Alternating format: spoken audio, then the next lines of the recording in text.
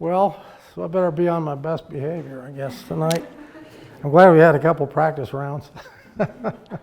So, some of my family's threatened to come over, so they may come over a little later. But this is really an honor for me to come here to this great museum.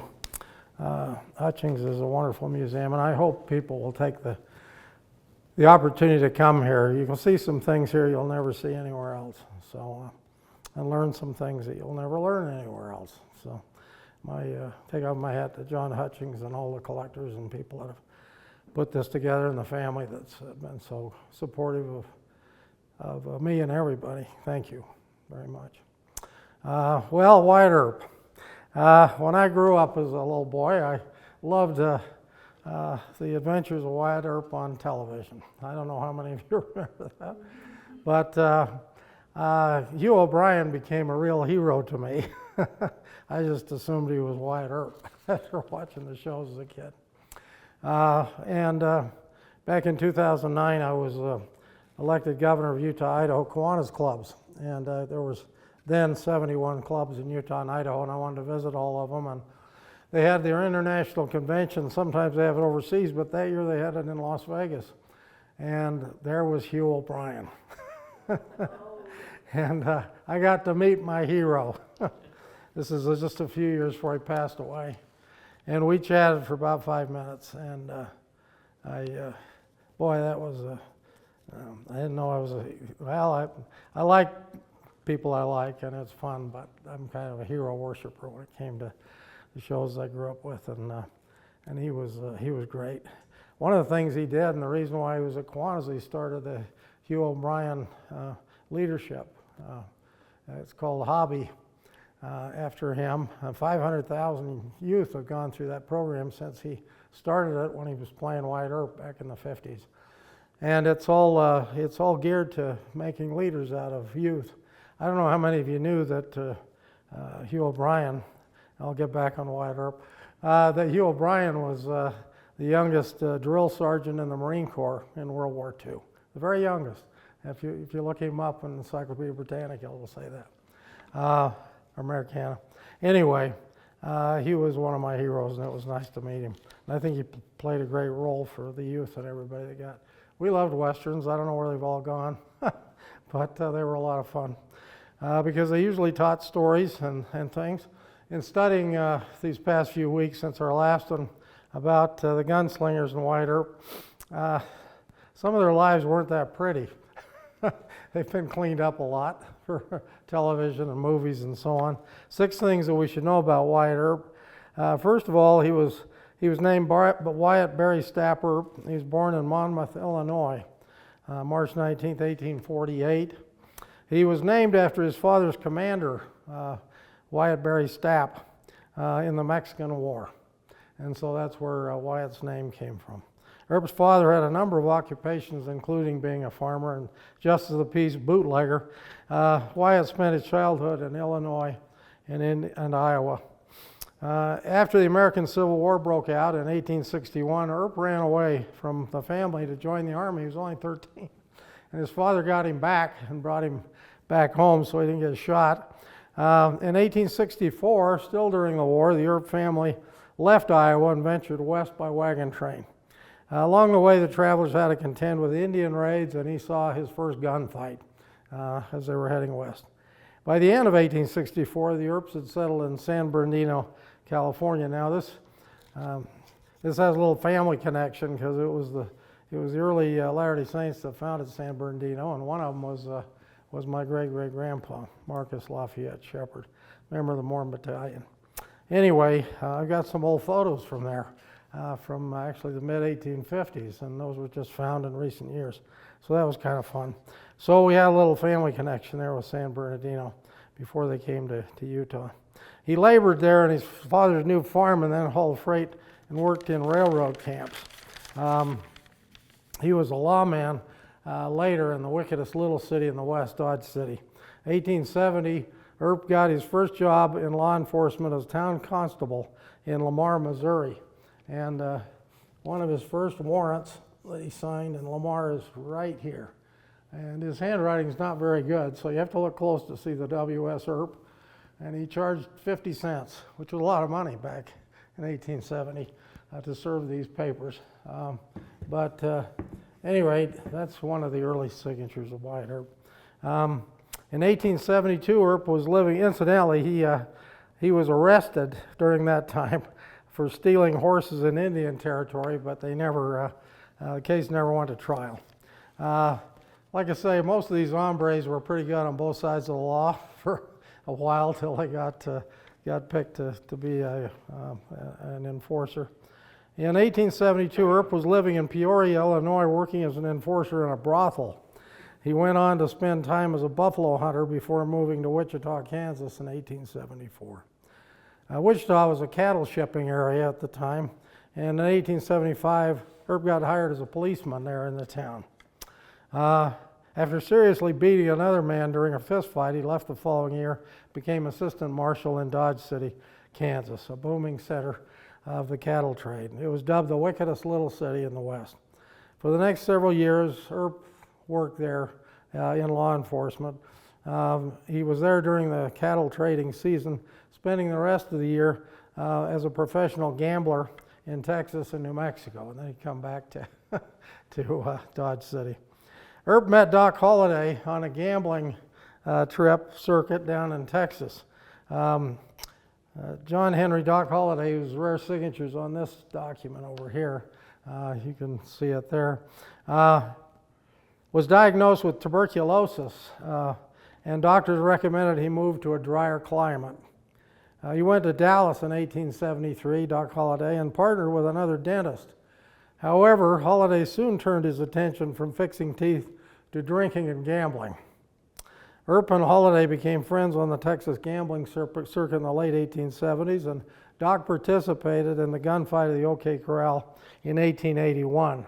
6 years later, after the gunfight, Holliday died of tuberculosis at age 36 at Glenwood Springs, Colorado. We've taken the train through Glenwood Springs in the mountainous area there in Colorado, and I always think of him when we do.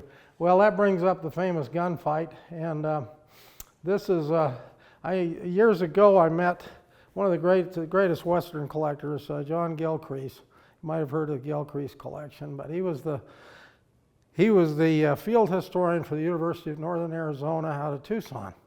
And so me and my dad-in-law, because my dad-in-law was a Western fan too, would go down and visit with Gilcrease. Gilcrease was as big as I am. He was 3 of me.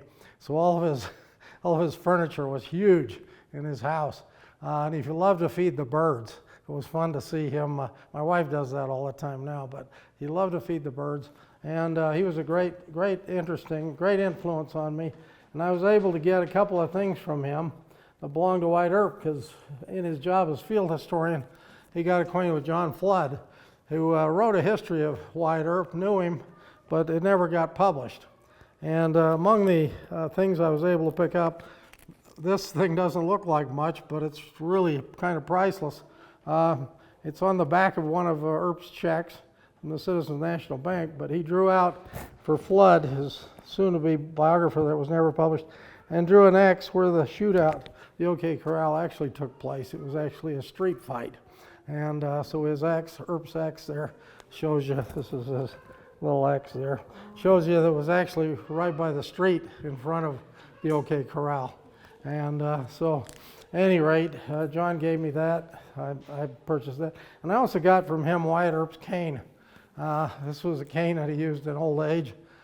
He lived till 1928, and it was known by most of the Hollywood people and all that by that time, so they were well acquainted with him. But his history hadn't been written quite like that. Here's my family. How you doing, kids? Anyway, this is my son, Ben. You know my wife, Charlene, and these are our 2 granddaughters, Stevie and Cody. Wyatt Earp, I don't have his gun, but I did get to handle his gun, and it was just like this one. It was a Model 3 Smith & Wesson that he used, and so that's a Model 3 there, Smith & Wesson. That's not his, but it looks just a lot like his. Gilcrease's collection ended up in Gene Autry's museum.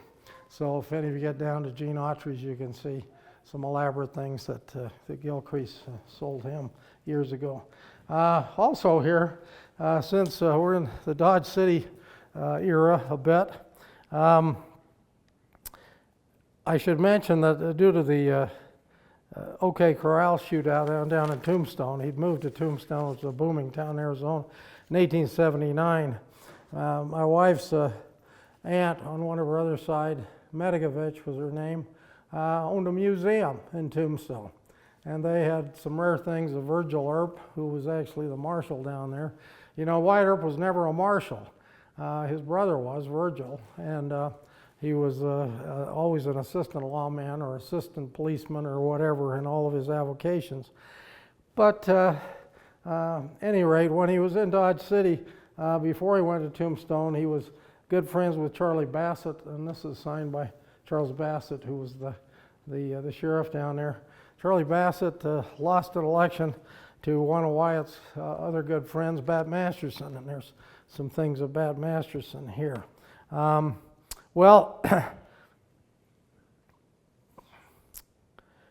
the famous gunfight took place on the afternoon of October 26, 1881, in a lot behind the OK Corral, which you can see from the X Earp made, when Earp and his brothers Morgan and Virgil, along with Doc Holliday, confronted cattle-thieving brothers Billy and Ike Clanton and Frank and Tom McLaury. Virgil Earp ordered the cowboys to give up their guns, but instead shots were fired. Although it's unclear who pulled the trigger first, the shootout is thought to have lasted less than a minute. It was the most famous shootout in the history of the West, and it lasted probably less than a minute. 3 men were dead after that minute. They were all on the cowboy side, Frank and Tom McLaury and Billy Clanton. Afterwards, the Earps and Holliday were arrested for murder. In late November 1881, they were exonerated in court.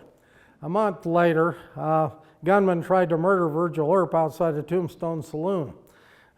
He survived but sustained serious injuries and retired as sheriff there. Wyatt, who'd been appointed as deputy U.S. Marshal to his brother, organized a posse to go after the Clanton family. And soon Ike Clanton and another brother surrendered to law enforcement. And charges against them in connection with Virgil's shooting were dropped. Seems like everybody that shot somebody got their charges dropped back then. In March 1882, which means if you want to shoot somebody, you made sure they were dead, okay? Because you wouldn't get much out of court.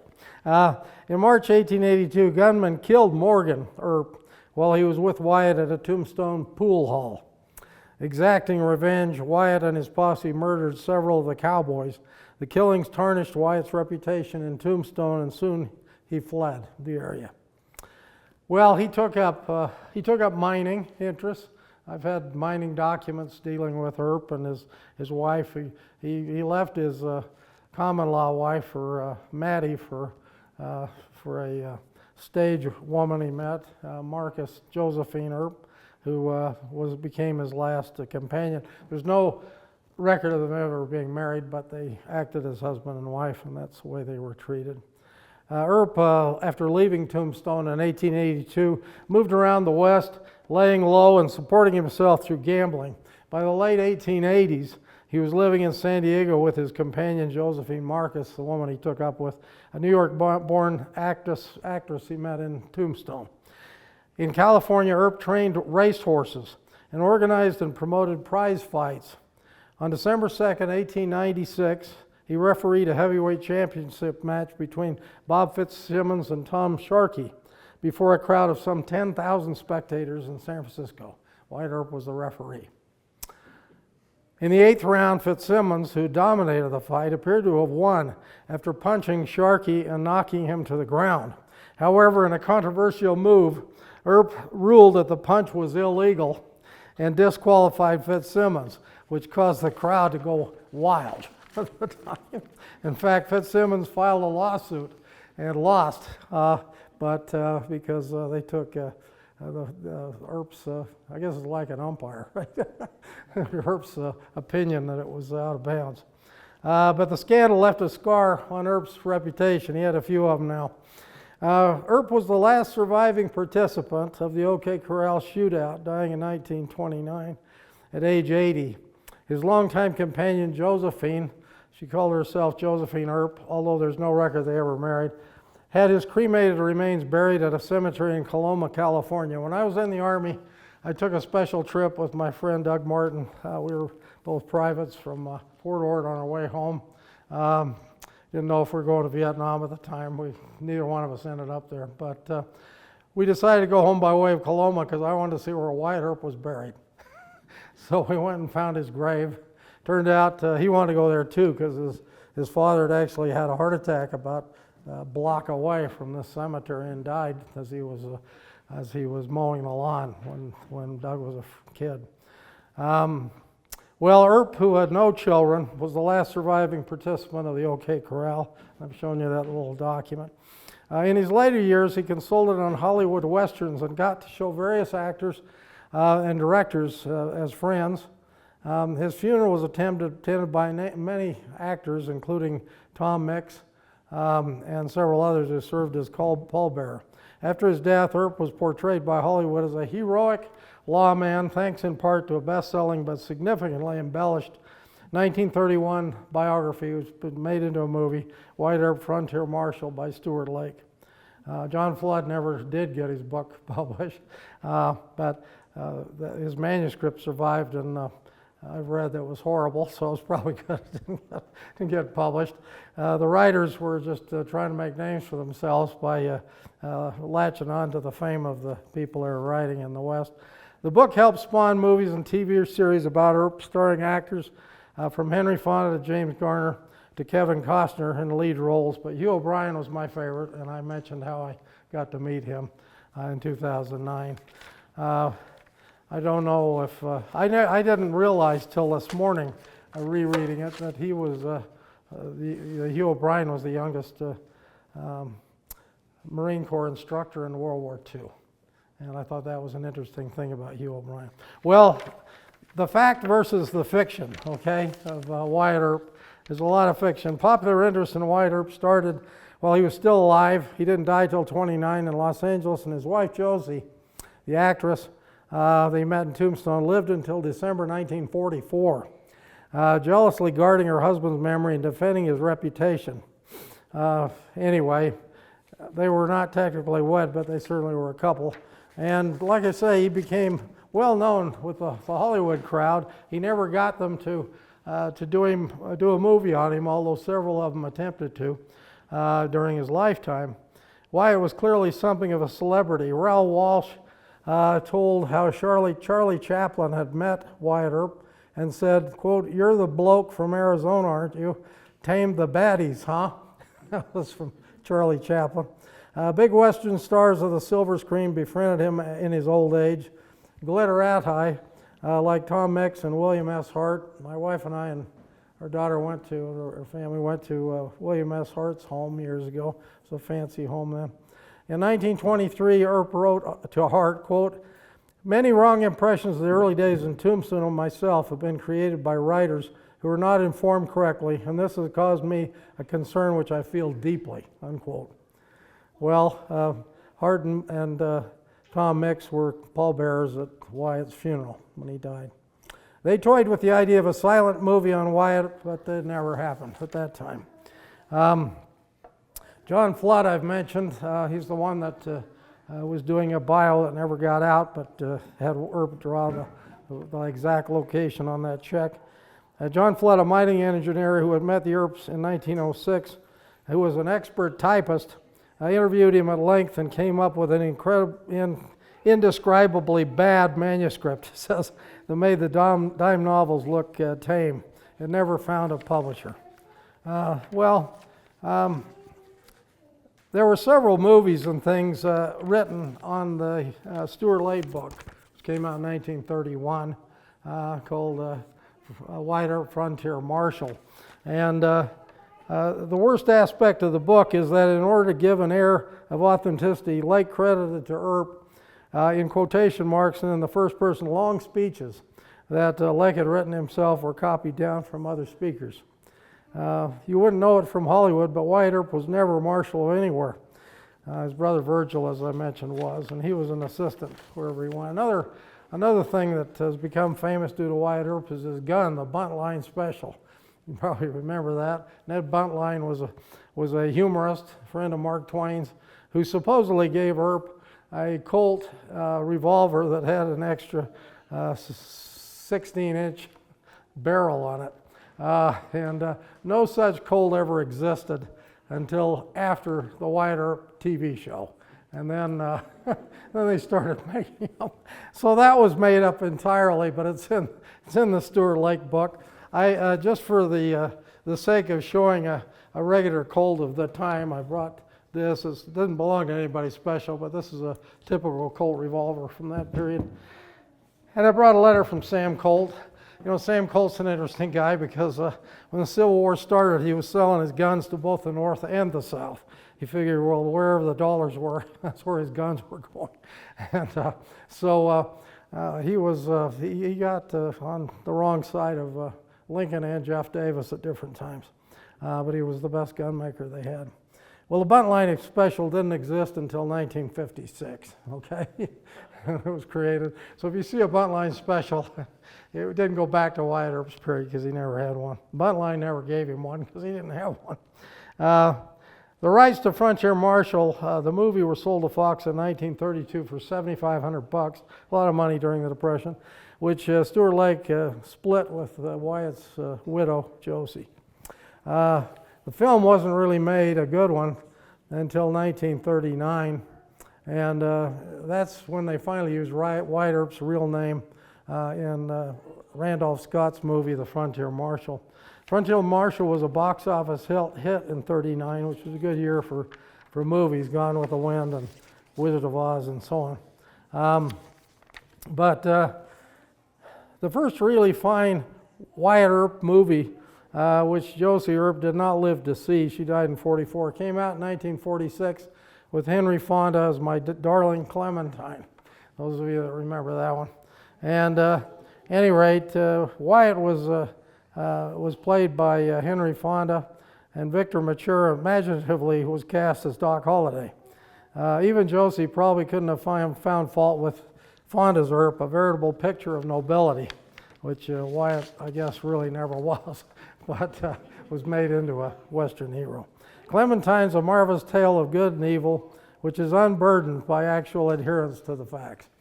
And that's true of most Westerns. Well, there's Wyatt Earp and the Buntline Special and so on. Very interesting character, and we could talk a lot more about him, but I wanted to mention a couple of his cohorts for a few minutes. Bat Masterson. This is a warrant, and it's interesting to me as I get into the West how many of these guys knew each other really well and played off each other during the Old West period. This is a Bat Masterson signature here on this warrant from Ford County, Dodge City, Kansas, when Masterson was elected sheriff, which is a job that Wyatt never had.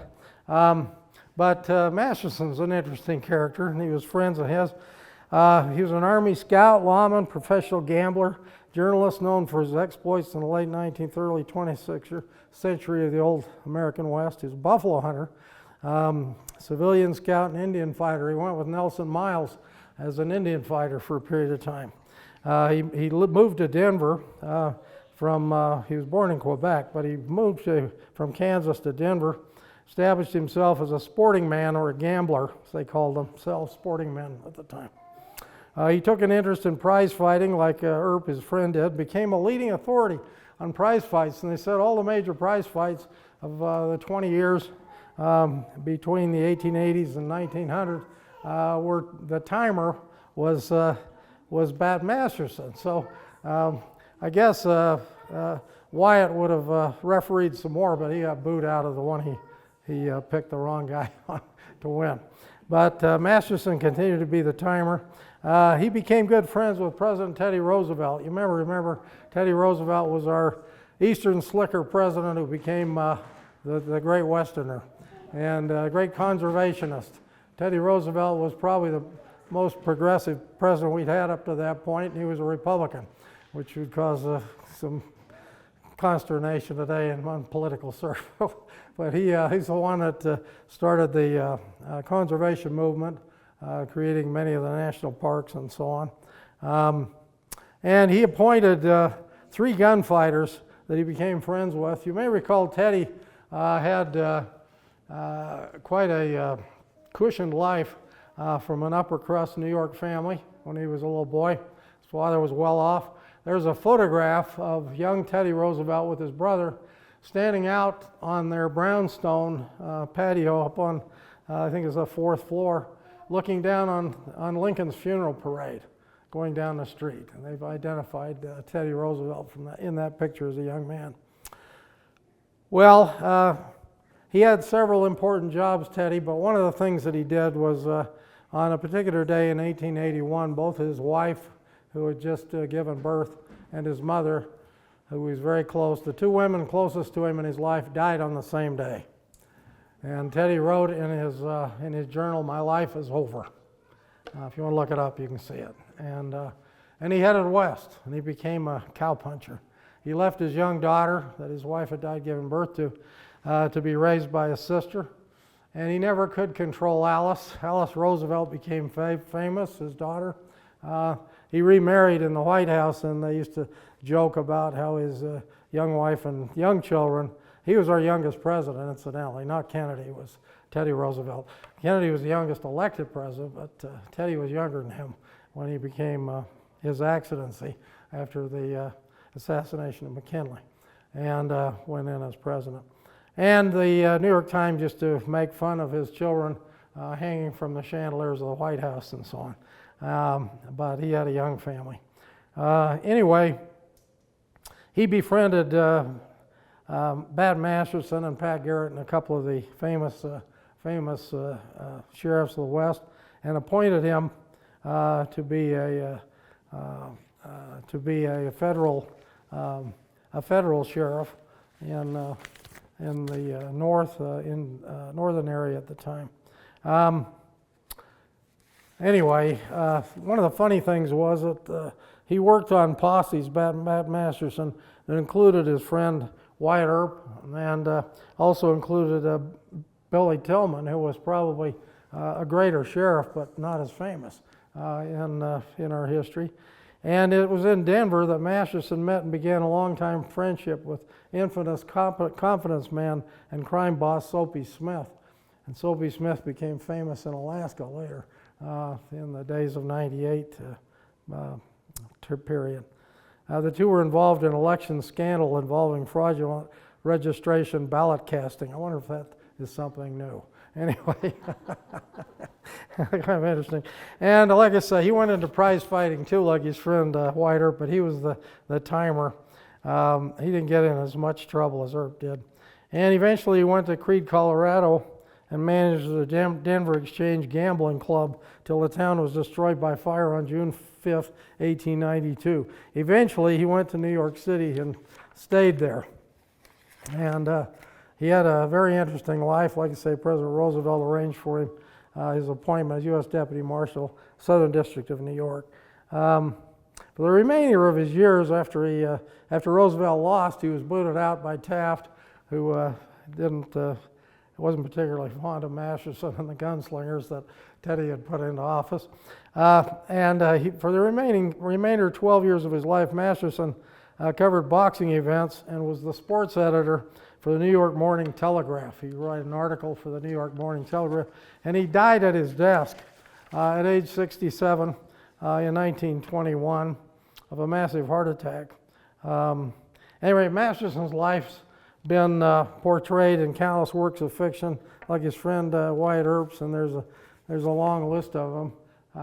We mostly remember Gene Barry playing him on television and so on. He was famous for having a cane because Masterson got shot in the hip in the Old West and used a cane. So he, unlike Earp, that had to use one later. Well, Billy Tillman, wanted to mention Billy Tillman because he was a greater sheriff than either of those two, but not as famous. Tillman never achieved the household word status of his close friends Wyatt and Bat, but nevertheless remains a well-known figure in the American Old West. And unlike the others, he did a movie while he was alive. It was a silent film in 1915, which he directed and starred. It was like 90 minutes long. There's only 15 minutes of it still in existence today. Tillman was a great sheriff, and he was involved with the others in Dodge City and other areas. Good friends. He died in 1924 at the age of 70 after being shot by a corrupt prohibition agent on the streets of Cromwell, Oklahoma. Many of these guys didn't die a natural death like Earp. Much of the fame that he's had since was achieved by the efforts of his second wife, Zoe, who published a book about him and that movie that he did. He was inducted into the Hall of Great Westerners, the National Cowboy Western Heritage Museum, years later. Well, at any rate, fascinating guy. One of the things from his life, on April 22nd, 1889, the first of the celebrated Oklahoma land rushes took place in the city of Guthrie, which is where they discovered the Indian oil later, if you saw that recent movie. Had not existed the day before, had an instant population of 15,000 the next day. And one member of that population was Bill Tillman, who started working in commercial areas for a while. He became sheriff down there, and he brought in the notorious outlaw Bill Doolin and his gang, which were called the Wild Bunch back then. Tillman was appointed Deputy U.S. Marshal for Oklahoma, the whole state.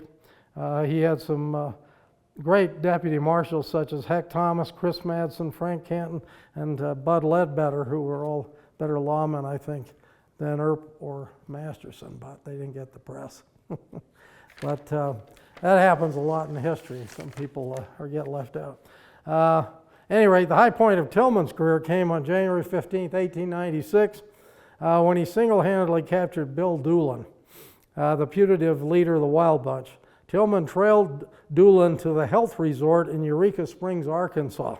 Entering a bathhouse, he spotted Doolin seated in the lobby, though Doolin failed to recognize Tillman, the lawman, who suddenly began wrestling with the outlaw. After a brief struggle, Tillman subdued Doolin without a shot being fired. Once Doolin was in custody, Tillman wired the U.S. Marshal that he was assistant to, Everett Dumas Nix, in Guthrie, Oklahoma. I have him. We will be there tomorrow. Tillman. The following day, some 2,000 people jammed the Guthrie Railroad Station to see Tillman bring in Bill Doolin. The only problem with that was that Tillman's glory for capturing Bill Doolin quickly evaporated when Doolin escaped from jail on July 5th, less than 6 months after his capture. At any rate, Doolin was finally tracked down by Heck Thomas and his posse and shot to death on August 24th, 1896. But he was quite a character, and I don't know if you can see that little picture, but this is from the movie he made. He went around the country showing his movie.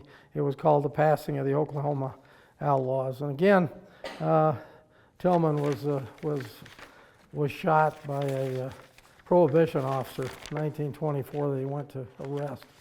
And finally, Pat Garrett. Well, Pat Garrett's famous for one thing, and that's killing Billy the Kid. He was the sheriff of Lincoln County, New Mexico, as well as Donna Ana County, New Mexico. So he was a sheriff. And he was a buffalo hunter in his early life. He had quite a history. Billy the Kid, William Henry Bonney Jr., was born Henry McCarty. He was born in New York City, Billy the Kid. Wanted for murder in the aftermath of the Lincoln County War. Garrett was elected sheriff of Lincoln County, New Mexico at that time, having defeated the incumbent by 3 votes. Although Garrett's term would not begin until 1881, Kimball appointed him as deputy sheriff for the remainder of his term. December 19, 1880, Billy the Kid, Charlie Beaudry, Tom Pickett, Billy Wilson, Dave Rudabaugh, and Tom O'Folliard, they were all famous outlaws, rode into Fort Sumner, New Mexico. Lying in wait there was Garrett and his posse. Mistaking O'Folliard for the Kid, Garrett's men opened fire and killed him. Billy and the others escaped unharmed. 3 days later, Garrett's posse cornered Billy and his companions at a spot called Stinking Springs. They killed Beaudry and captured the others. On April 15, 1881, Billy the Kid was sentenced to hang by Judge Warren Bristol for shooting the sheriff, then the sheriff in Lincoln County. And this note, somehow Billy was given a gun and got out of the Lincoln County jail and shot two of the guards dead on the way out. The last man he killed was Bob Ollinger. We've lost a law enforcement man this last week. A dangerous job, and especially back in these days, it was dangerous. And Bob Ollinger, well, I can't say it's any less dangerous. Today it's probably more dangerous. But Bob Ollinger had this note in his pocket when he was shot by Billy the Kid. And basically what it says is Billy Kid found guilty of murder in trial on April the 9th, 1881 for the murder of William Brady, Sheriff, Lincoln County, New Mexico. April 12th, 1881, Mesilla, New Mexico.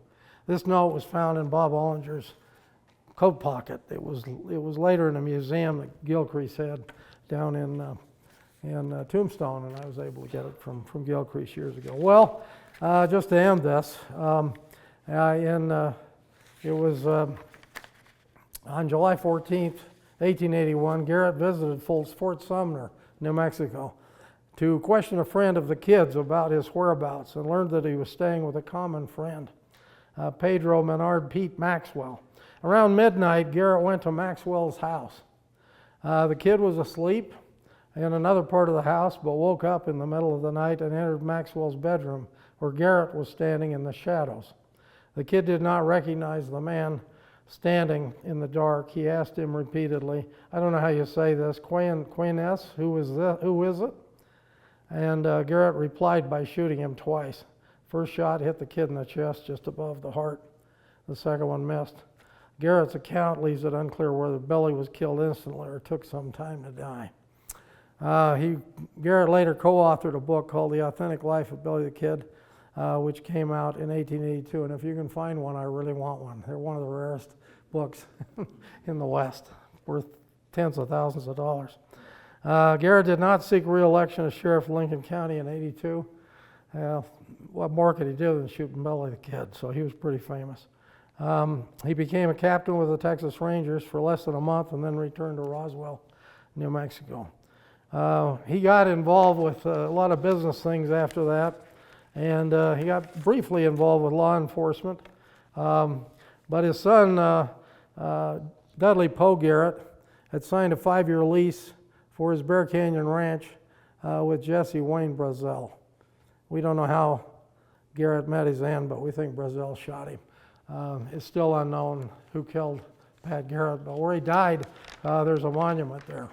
And thus some of them died with their boots on. At any rate, thank you. This has been fun.